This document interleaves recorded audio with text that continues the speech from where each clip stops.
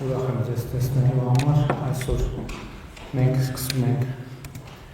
իրական Հայաստանի գաղափարախոսության նախագծի քննարկումները։ Նախ ուզում եմ սկսել նրանից, թե իմ գնահատմամբ ինչի համար է գաղափարախոսություն եւ ինչ է գաղափարախոսություն ընդհանրապես եւ ինչի համար է այն անհրաժեշտ։ Ես կարծում եմ, որ գաղափարախոսությունը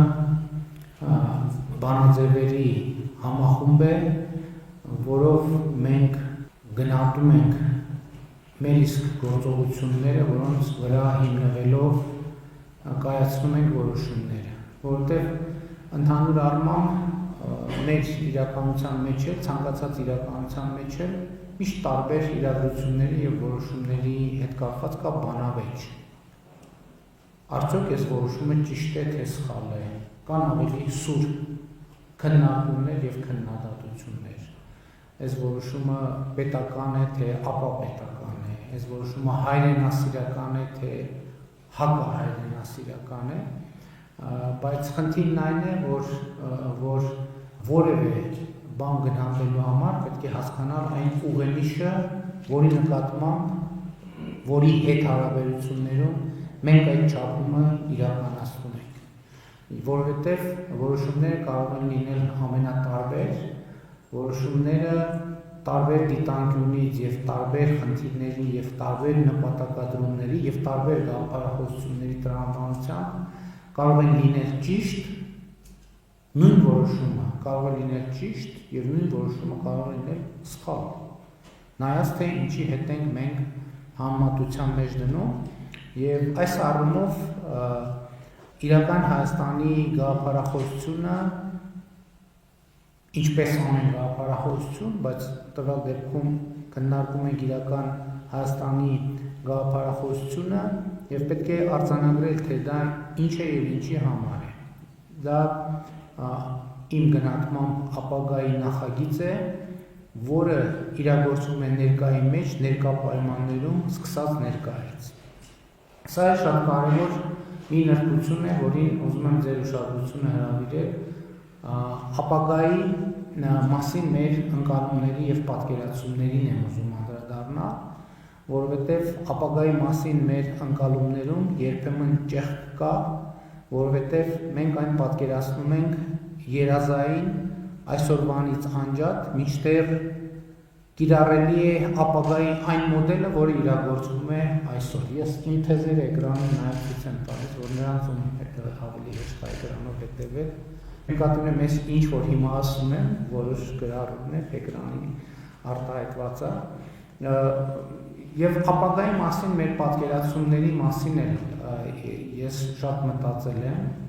եւ երբեմն արձանագրում եմ, որ ապագայի մասին մեր պատկերացումները այսօրվա հետ ուժեղ կապի մեջ չեն։ Այսինքն մենք դա գիտեք ինչ հոգեբանական իրավիճակի է նման, երբ որ մենք ինչ որ մի ապագա պատկերացնում ենք, ինչ որ մի ապագա ուզում ենք եւ ինչ որ մի ապագայի վերաբերյալ պետք է անենք գործողություններ, բայց մենք էլ ենթագիտակցորեն սկսում ենք մտածել, որ այդ հենց ապագայի մասին է, այսօր ուրիշ գործեր կան, այսօր այդ ուրիշ գործերը կանենք, այն ապագայի գործերը վաղը կանենք, բայց վաղը էլի գալիս է այսօրը երբեմն, որ մենք ասում ենք լավ, այսօրվա գործերն էլ անենք, այն կանենք, որովհետև ապագային դեռ ժամանակ կա։ Իրականում խնդիրն է, որ կամ համենայն դեպս իմ ընկալումը կամ իմ նոր ընկալումն է, որ ապագայի համար ժամանակ չկա։ Որովհետև ապագան այսօր է, եթե այսօր դու ասում ես ապագայի համար թողենք հետո կաշխատենք, այդ նշանակում է այդ ապագան կորսված է։ Այն որևէ բան, սերմը կարող է, եթե սերմը այսօր գցենք, այդ նշանակում է վաղը, որը էլի այսօր է, արդեն պետք է ծիլ տված լինի մենք, այսինքն այսօրվա գործը չի կարող կտրված լինի այդ սերմը խնամելու հետ, այդ սերմի շուրջ աշխատանքն է ապագա։ Մենք չենք կարող ուրիշ բանով զբաղվել, մտածելով, որ դեռ ապագայով զբաղվելու ժամանակը չի եկել, եւ այս առումով ես շատ կարևորում եմ ապագայի մեր մոդելը։ Ընդ որում ես ուզում եմ հետեւյալը ասեմ, որ այն ինչ որ ես հիմա ասում եմ, այն ինչի մեջ մեր իրականության վերաբերյալ քննադատական երանգ կլինի, Դա ինքս իմ մասին է, որովհետև ինչ որ առումով այս ամեն ինչը մտքի ընկալման փոփոխություն է, որը ես վարչապետի պաշտոնում ապրել եմ եւ ապրում եմ, եւ այս խոսակցությունը նաեւ դա կիսելն է, որովհետև ես համոզված եմ, որ բազմաթիվ քաղաքացիներ այս նույն բանը, այս նույն ընկալումները զուգահեռ մենք իրար հետ զուգահեռ ապրել ենք, որովհետև ես չեմ ուզում թաքցնել, մենք նաեւ քաղաքական թիմում երբ որ քննարկում ենք, ես ասում եմ եկեք գնահատենք, թե այս ամեն ինչի արդյունքում, այս ամեն ինչից հետո, այս ամեն ինչի պայմաններում մենք ինչ ենք շարունակում Հայաստանի Հանրապետությունում մնալ իշխանություն, ինչ ենք մենք շարունակել մնալ կառավարող ուժ, չնայած բոլոր պայմանները թվում է թե կային, որ այդպես չլիներ, մասնավորապես 2020 թվականի նոյեմբերի 9-ից հետո հետագա իրադարձություններում եւ այլն եւ այլն։ Եվ ես մենակ ունեմ մի բացատրություն դրա համար, որովհետեւ այլ բացատրություն ես չեմ կարող գտնել, որ այն փոփոխությունը, որ մեր մտքում տեղի է ունենում, այն ինչ որ մենք մտածում ենք, Հայաստանի հազարավոր քաղաքացիներ, անկախ նրանից իրանք դրա մասին բարձրաձայնում են թե չեն բարձրաձայնում, իրանք են զուգահեռ այս փոփոխությունը տեղի ունենում։ Որտեղ զուգահեռ փոփոխություն տեղի չունենար, այն ինչ որ մեր մտքում է տեղի ունենում, մենք չենք կարող շարունակել լինել իշխանություն կառավարություն Հայաստանի Հանրապետությունում, չի լինում տենց ուղղակի։ Եվ ես շատ կարևոր եմ համարում, որ իրականության մասին ինչ որ ասում են կամ ինչ որ կասեն, որի մեջ կլինի քննադատական կամ կա քննադատական երանգ մեր, երբ որ ասում եմ մեր, ես ինձ նկատի ունեմ առաջին հերթին։ Եվ սա շատ կարևոր նյուանս է ընդգծելու համար։ Եվ հետևաբար իմ ընկալումն է նա, որ ապագան օրգանական կապով պետք է կապված լինի այսօրվա հետ, որ այսօրվա ջանքը ուղղված լինի ապագային, որ այսօրվա մեջ ապագան հիմք ու հենարան ունենա, որովհետև այսօրը ամենակարևորը ապագայի հենարանը է այսօրը, որովհետև երբ որ ապագան այսօրվանից կտրված է, ինքը չունի հենարան, հասկանում եք, մենք որևէ ով մարդը, երևույթը, երբ որ ինքը չունի հենարան, ինքը անընդհատ տեսություն է, ինքը երբեք էլ չի գալիս, երբեք գոյություն չի ունենում։ Հետևաբար իրական Հայաստանի գաղափարախոսությունը ապագան այսօր կառուցելու մասին է։ Այսինքն ապագան եւ այսօրը պետք է ձևավորվեն միաժամանակ, միմյանց համահունչ եւ իրար հետ։ Այսօրը եւ ապագան չպետք է նաեւ կորցնեն կապը անցյալի հետ։ Այս էլ է շատ կարեւոր նրբություն։ Եվ այսօրվա ապագայի հիմքում պետք է դրվի անցյալի հետազոտությունը։ Ուշադրություն դարձրեք ոչ թե անցյալը, այլ անցյալի հետազոտությունը, այսինքն դրանից բխող հետևությունները։ Այս էլ է մեր իրականության մեջ քննարկող ու իրոք շատ կարևոր թեմա, չափազանց մի կարևոր թեմա, մեր կապը մեր անցյալի հետ, մեր կապը մեր պատմության հետ, որովհետև դա մեր կապն է մեր ինքնության հետ։ Անկախ նրանից ինչպիսին է պատմությունը, պատմությունները կարող են լինել ամենատարբեր ձևով։ Դա էլի նույն ձևի, ոնց որ ապագան կապված է, հենված է այսօրվա վրա, այսօրն էլ անկախ ամեն ինչի հենված է երեկվա վրա։ Եվ միևս կա մի կարևոր նրբություն, հնարավոր չի, նույնիսկ շատ ուզենալու դեպքում, հնարավոր չի այսօրը եւ ապագան կտրել անցյալից։ Եթե որևէ մեկ օրինակ շատ են չէ ասում, որ փորձ արվում ջնջել մեր անցյալը, փորձ արվում բան անել, խմբագրել մեր այդ անցյալը։ Այդ ինքնին դա անհնար է, դա եթե չեմ ասում դա որպես խնդիր աբսուրդ է։ Դա անհնար է, դա չի կարող այդպիսի բան լինել։ Դա մոտավորապես նույնն է, որ ասես մարմինդ երկատես, ասես հիմա ես որոշել եմ այլ կերպ ապրեմ եւ առանց իմ մարմնի մի մասի։ Դա մահացու է, բայց այստեղ ինչի մեջ է խնդիրը։ Ինչի մեջ է խնդիրը։ Խնդիրն է նա, որ անցյալի ընկալումը պետքա լինի հետազոտության վրա։ Այսինքն անցյալը այսօրը եւ ապագան է պետքա անընդհատ լինի հետազոտության մեջ, առավել եւս անցյալը, որի փաստերը հայտնի են եւ հասանելի են։ ապագայի փաստերը հայտնի եւ հասանելի չեն, դրա համար ապագան մենք չենք կարող հետազոտել խորությամբ, բայց անցյալը մենք կարող ենք հետազոտել խորությամբ եւ հետեւաբար այս նյուանսը նույնպես շատ կարեւոր է։ Իրական Հայաստանի գաղափարախոսությունը ըստ այդմ հենց սրա արտահայտությունն է։ Պատմությունից արված հետևությունների, այսօրվա կարիքների, ապագայի տեսլականի համադրություն։ Եվ ես փորձեցի նախաբանով ցույց տալ, թե ինչու ենք մենք ընդհանրապես խոսում սրա մասին, ինչու ենք գաղափարախոսության մասին խոսում, նաև հենց այդ կապը ցույց տալու եւ նաև կարեւոր է, որ մեր գործողություններին գնահատելու տեսակետից եւ անհրաժեշտությունից վերցնելով։ Եվ հետեւաբար այն դրույթներից եւս մի քանիսը կշեշտեմ, որոնք արդեն հրապարակված են, հայտնի են, բայց ես ուզում եմ այսօր ընդգծել։ Մասնավորապես այն, որ իրական Հայաստանը Հայաստանի Հանրապետությունն է միջազգայինորեն ճանաչված 29743 քառակուսի կիլոմետր տարածքով։ Այս թիվը արդեն հայտնի է Հայաստանի Հանրապետությունում, բայց կա հետաքրքիր մի երևույթ, որ այս թիվը հայտնի չի եղել Հայաստանի Հանրապետությունում։ Եվ ինչու է անհրաժեշտություն առաջացել այս թիվը ընդգծել,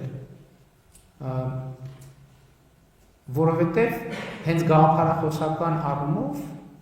անհրաժեշտություն է առաջացել պատասխանել մի հարցին, իսկ ո՞րն է Հայաստանը։ Որովհետև այն հարցին ի պատասխան, թե ո՞րն է Հայաստանը, այս հարցը կարող է դառնալ ուղենիշ եւ չափանիշ, թե այս որոշումը, որևէ որոշում ճիշտ է թե սխալ է։ Որովհետև ու կա նաև մի շատ կարևոր հանգամանք, որ այն փաստը, որ այս թիվը շատ հայտնի չի եղել Հայաստանի Հանրապետությունում, ինքը ստեղծել է մի տարօրինակ հարցադրում կամ մի տարօրինակ արձանագրում, երբ որ հայտնի իրադարձությունները եղան եւ մեղադրանք հնչեց, որ օրինակ ես ճանաչել եմ Ադրբեջանի տարածքային ամբողջականությունը, ես դրան արձագանքեցի հետեւյալ կերպ, որ ես իրականում ճանաչել եմ Հայաստանի Հանրապետության տարածքային ամբողջականությունը։ Սա շատ հետաքրքիր նյուանս է, որովհետև երբ որ մենք հայտարարում ենք իմ ընկալմամբ, որ մենք ճանաչում ենք մեր հարևանների տարածքային ամբողջականությունը, թվում է թե մենք ճանաչում ենք մեր հարևանների տարածքային ամբողջականություն եւ դա ճիշտ է եւ այդպես է, բայց սրա խորքային մեկ այլ նպատակ ինքը ունի, որ դու ճանաչում ես քո իսկ երկրի տարածքային ամբողջականությունը եւ քո երկրի տարածքային ամբողջական եւ այդ ժամանակ ես հարց ինքդ հասկանում, որ փաստորեն դու ինքդ այդքան էլ չես ճանաչել կամ ճանաչելիս չես եղել, առնվազն այն իմաստով, որ թիվը անծանոթ է եղել քեզ, այնքան էլ ճանաչելիս չես եղել քո երկրի տարածքային ամբողջականությունը։ Եվ սա նույնպես շատ կարևոր առանձնահատկություն է, որը ուզեցա շեշտել, որովհետև շատերի համար այդքան էլ պարզ չի, թե ինչու է այդքան դա շեշտվում, ինչու է արտահայտվում, կամ ինչու Հայաստանի կառավարությունը ինչու է շտապում, կամ ինչու է ուզում, ինչու է կարևոր համարում, ասել, որ մենք բոլոր հարևանների տարածքային ամբողջականությունը ճանաչում ենք։ Արդյոք հարևանների սիրուն ինչ որ առումով այո, բայց մեծ առումով առաջին հերթին սեփական երկրի տարածքային ամբողջականությունը ճանաչելու համար, որը հետագայում իհարկե անդրադարձ կլինի նրան, թե իսկ ինչու ենք մենք ճանաչում մեր երկրի տարածքային ամբողջականությունը, այսօր դա հարց, որը մեր իրականության մեջ նույնպես հնչում է եւ եթե հնչում է, պետք է այդ հարցին փորձ անել պատասխանել։ Հաջորդ թեզը, որը էլի շատ է քննարկվել, հայրենիք եւ պետություն հասկացությունների հարաբերությունն է, բայց ես ենթավերնագրի ներքո ուզում եմ անդրադառնալ այստեղ ընդգծված մի առանձնահատկության եւ նրբության, որը իմ կարծիքով բավականին լայն մեկնաբանությունների եւ տարընթերցումների տեղիք տվեց, խոսքը նոր սահմանադրության անհրաժեշտության մասին թեզն է, որը իմ ուղերձից հետո լայնորեն մեկնաբանվեց որպես Ադրբեջանի կողմից առաջադրված խնդրի կամ պահանջի կատարում, այսինքն դրվեց այդ համատեքստում։ Իրական Հայաստանի գաղափարախոսության համատեքստում դա ունի բացարձակապես ուրիշ նշանակություն, չնայած այս պայմաններում հնարավոր չի ժխտել, որ այն տեքստը, որը կարա լինի, ինքը ունենա նաև տարածաշրջանային նշանակություն, բոլոր դեպքերում, բոլոր սահմանադրություններին դա վերաբերվում է, բայց ես նույնիսկ չեմ ուզում հիշել կամ հիշատակել հղում անել, որ դեռևս 2020 թվականի փետրվարից մենք նոր սահմանադրության օրակարգի մասին խոսել ենք եւ ավելին 2018 թվականի հեղափոխության հետ նոր սահմանադրության օրակարգը եղել է, բայց այն ժամանակ ես համարել եմ, որ դա իրագործելի չի։ Ինչու՞, այս նրբությունները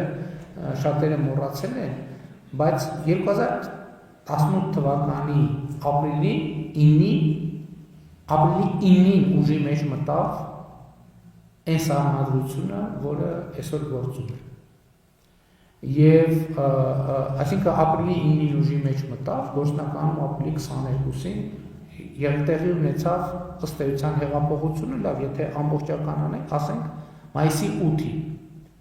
Եվ այն ժամանակվանից կար նոր սահմանադրություն ընդունելու օրակարգը, ընդ որում նույն հիմնավորմամբ, չնայած հիմնավորումը հիմա ավելի հարստացել է եւ անտրամաբանական էր 2 ամիս ուժի մեջ լինող սահմանադրությունը փոխել, ինչու էր անտրամաբանական, ոչ թե հիմնավորումն էր վերացել, այլ ի վերջո էլի պիտի լիներ այդ հարցը։ Հիմա խորհրդանական կառավարման համակարգ, թե կիսանախագահական կառավարման համակարգ, եւ այս հարցի պատասխանը շատ դժվար կլիներ տալ այն պայմաններում, երբ խորհրդանական կառավարման համակարգը գործում է ընդամենը 1 ամիս, 2 ամիս, 3 ամիս։ Բայց սահմանադրության թեման, նոր սահմանադրության թեման շատ կարևոր է, մեկը այն հիմնավորմամբ, որը ես ինքս ինձ համար ունեի նաև 2018 թվականին, բայց մյուսը նաև վարչապետի պաշտոնում եւ կարգավիճակում լինելու բերումով նաև այդ ընկալումը եւ դիտանկյունը խորացել է։ Իսկ ո՞րն է այդ ընկալումը եւ դիտանկյունը, որ իմ ընկալումը հետեւյալն է, որ սահմանադրությունը պետք է լինի քաղաքացիների պայմանավորվածությունը երկրում ապրելու եւ հարաբերվելու կանոնների մասին։ Այսինքն սահմանադրությունն ինչ է, որ մենք բոլորս ընդ որում էական չի, կողմ ես քվեարկե թե չէ, կարևորն է նա, որ քաղաքացիների մեծամասնությունը կողմ քվեարկած լինի։ Հենց այդ փաստով դա պայմանավորվածություն է քաղաքացիների մեջ, թե մենք ոնց ենք իրար հետ հարաբերվելու։ Երկու քաղաքացիներ ինչ կանոններով են իրար հետ հարաբերվելու, քաղաքացին եւ պետությունը ինչ կանոնով են իրար հետ հարաբերվելու, պետական ինստիտուտները ինչ կանոնով են ձևավորվելու եւ այլն եւ այսպես շարունակ։ Բայց արդյոք այս առումով մեր սահմանադրությունը, որը կա, ինքը տեքստային առումով խնդրահարույց է։ Գիտեք, տեքստային առումով ոչ մի սահմանադրություն խնդրահարույց չէ։ Խնդիրն այն է, որ քաղաքացիների պայմանավորվածությունը տեղի չի ունեցել, որովհետև սահմանադրության թե 1995 թվականի ընդունման, թե հետագա փոփոխությունների ժամանակ ըմբռնումը եղել է այն, որ իշխանությունը ընդունել է սահմանադրությունը, բայց միշտ այդ քվեարկության արդյունքները կասկածի տակ են եղել, այսինքն եղել է լեգիտիմ ըմբռնում, որ ժողովուրդը դրա օգտին չի քվեարկել։ Արդյոք սա էական է, սա լրջորեն էական է, որովհետև պատկերացրեք, եկեք պատկերացնենք մեզնից ցանկացած մեզնից երկուսի հարաբերությունը, երբ որ մենք պայմանավոր խոսում ենք մի բան, եւ դա ավարտվում է պայմանավորվածությամբ, եւ խոսում ենք մի բան, որ եւ դա չի ավարտվում պայմանավորվածությամբ։ Արդյոք այս երկու իրավիճակները որոշակիորեն փոխում են մեր հարաբերությունների կերպը, շատ լրջորեն են փոխում։ Եվ ես գիտեք, նաև շատ իրավիճակներ կան, որ կառավարությունը որոշում է կայացնում, ես քաղաքացիները դրա վերաբերյալ դիրքորոշում են արտահայտում, այդ թվում քննադատական, այդ թվում նեգատիվ, ես քամլիցի չեմ մտածում, թե կառավարության որոշումները բոլորը լավն են, կատարյալ են կամ քաղաքացիները չպետք է քննադատեն։ Խոսքը դրա մասին չի։ Երբեմն կան նյուանսներ, երբ իմ ըմբռնումը այն է, որ քաղաքացին հարազատություն չի զգում երկրում հաստատված իրավակարգի նկատմամբ։ Ինքը չի համարում, որ սա այն կանոնը, որով իրեն պարտադրում են, որ ինքը ապրի, ինքը համարում է, որ դա իրոք իրեն պարտադրում են, որովհետև ինքը չի պայմանավորվել, որ ինքը պետք է այդ կանոնով ապրի, այսինքն ինքը դա իրանը չի համարում։ Իր օրգանական կապ չի, իր օրգանիզմի մաս չի։ Եվ այս է պատճառը, որ ինձ երբեմն բռնացնում եմ իմ մտքի վրա եւ այս բանի մեջ էլ երբ որ ասում եմ պետականազուրկ ազգի ռելիկտային մտածողություն ասելով, այդ նկատում եմ, որովհետեւ հասկանում եք իրավակարգերը շատ վաղուց մենք չենք որոշել մեր ապրելու կանոնը։ Մենք չենք որոշել մեր ապրելու կանոնը, որովհետև եղել է կայսրություն, եղել է ուրիշ կայսրություն, մի քանի կայսրություն, մենք չէ, որ որոշել ենք, թե ինչ կանոնով ենք ապրում, բայց մենք եկել ենք հիմա Հայաստանի Հանրապետությունում ենք ապրում, բայց մենք, մեր ընկալումն են, որ էլի մենք չենք որոշել, թե ինչ կանոնով ենք ապրում,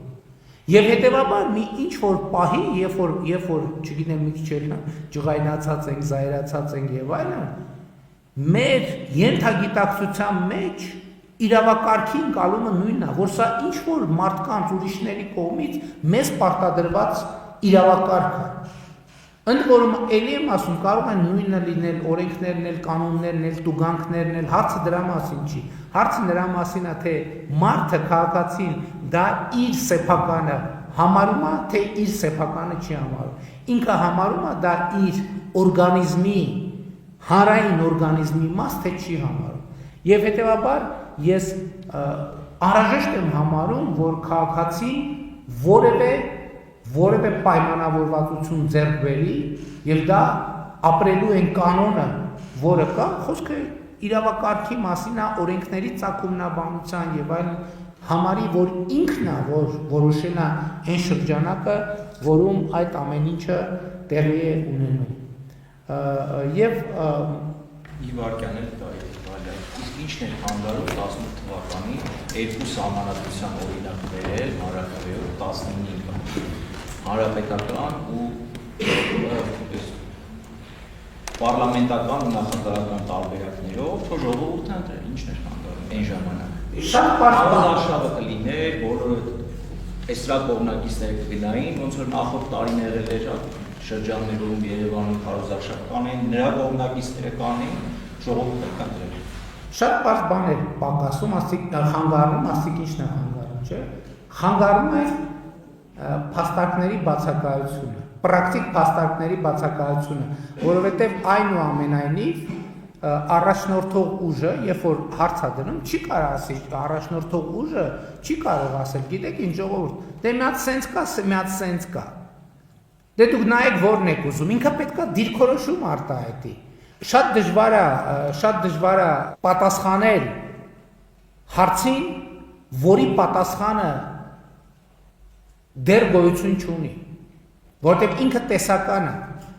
որովհետև հարց պետք է ինչի ընդամենը կամ 6 ամիս կամ 2 ամիս կամ 3 ամիս գործող սահմանադրություն։ մենք ինչ ենք առաջարկում, քաղաքական առաջնորդությունը ժողովրդին ինչ է ասում, որի օգտին քվեարկի, եւ փաստարկների բացակայությունը այն ամենամեծ խոչընդոտն էր, որովհետեւ պրակտիկա կա, խորհրդանական նոր համակարգ է ձևավորվել, բայց չապրենք մի քիչ հասկանանք աշխարհի փորձ հարևան երկրներ կան եվրոպական զարգացած շատ լավ, այս շատ դիպուկ բան ասցիք իրականում, որովհետև տեսեք, այդ նույն ժամանակաշրջանում մեր հարևան երկրներում երկու հակառակ պրոցեսներ տեղի ունեցան։ Թուրքիան խորհրդանական կառավարման նույն ժամանակաշրջանում Թուրքիան խորհրդանական կառավարման ձևից անցում կատարեց նախագահական կառավարման ձևի, Վրաստանը նախագահական կառավարման ձևից անցում կատարեց խորհրդարանական ձևի։ Այդտեղ էլ է հարցը ինչ որ մեկը մեր հարևաններից սխալ արեց, մյուսը ճիշտ, ոչ, այստեղ էլ գաղափարախոսական հարց կա։ Եվ այն ժամանակ այդ գաղափարախոսությունն էլ պարզ չէր, եւ նաեւ ես ուզում եմ ասել, որ տեսեք 44 օրյա պատերազմից անմիջապես հետո էլի այդ բանը բարձրացավ եւ ճիշտն ասած այդ ինձ շատ ծանրակշիռ թվաց։ Այդ ետպատերազմյան շրջանում, որ ասում են, կիսանախագահական կառավարման համակարգը փոխելը սխալ էր եւ այլն եւ այլն եւ այլն։ Եվ այն սկզբնական շրջանում, անկեղծ ասած, ես էլ այդ փաստարկները ինձ սկսել էին համոզել։ Բայց ավելի ուշ, երբ որ արդեն Գառնանը եւ Ամռանը, երբ որ ես հետահայաց նայեցի, հասկացա, որ եթե մենք կառավարման կիսանախագահական համակարգ ունենայինք, առնվազն ժողովրդավարական ճանապարհով այդ իրավիճակը հաղթահարել կամ հնարավոր չէր լինի, կամ շատ դժվար կլիներ,